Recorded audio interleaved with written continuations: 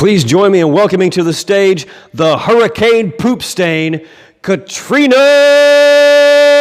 Brown. That's not how I introduced comedian Katrina Brown a few years ago at Side Splitters Comedy Club. That is how I remembered her name, Hurricane Katrina, and her name was Brown, so Hurricane Poop Stain. Luckily, Katrina told me exactly what she wanted me to say when I introduced her. This is something I would like for you to do as well for all of your speaking engagements. And it's a tip that I believe the late Brian E. Kiley first gave me during a comedy club emceeing workshop several years ago.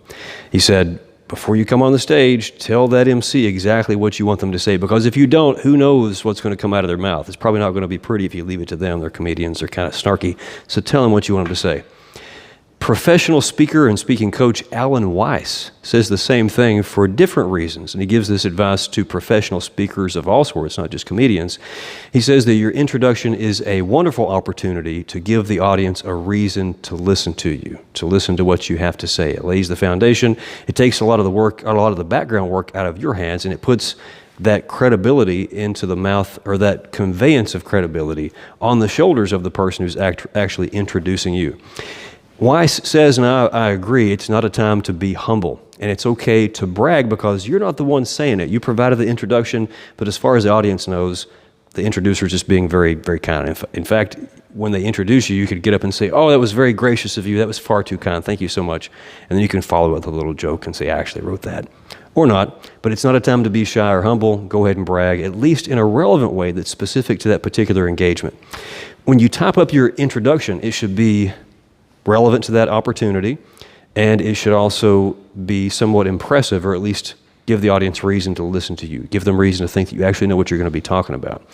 And logistically, I want you to type this up beforehand, about a week, 3-5 days beforehand if you can, as soon as you can, and send it to the person who's going to introduce you so they can read it over and they're comfortable with it. Then, on the day of the presentation, I want you to print out 2 copies and print them out with nice, big, clear font. I don't use words that are too difficult to pronounce or too cumbersome together.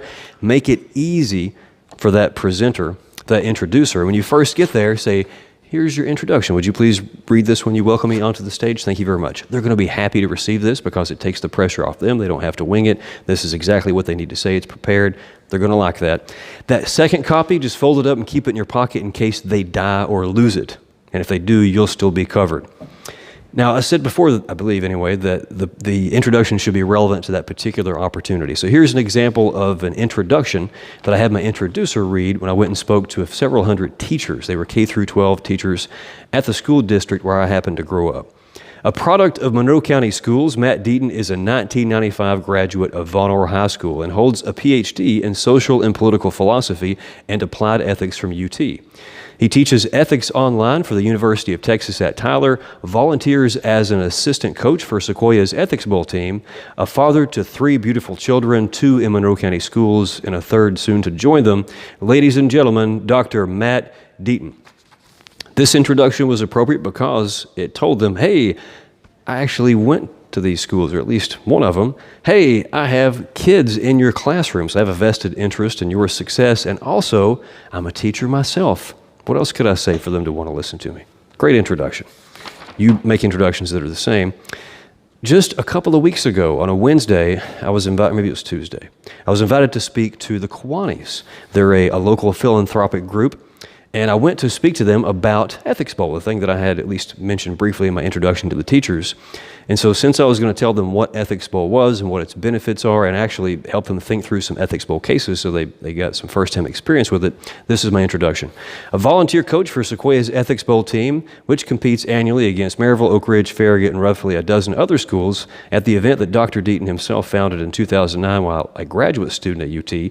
He's also the former director of outreach for the National High School Ethics Bowl and currently runs ethicsbowl.org, a blog for coaches, competitors, and enthusiasts. Here to show us firsthand what Ethics Bowl is all about, please join me in welcoming Dr. Matt Deaton.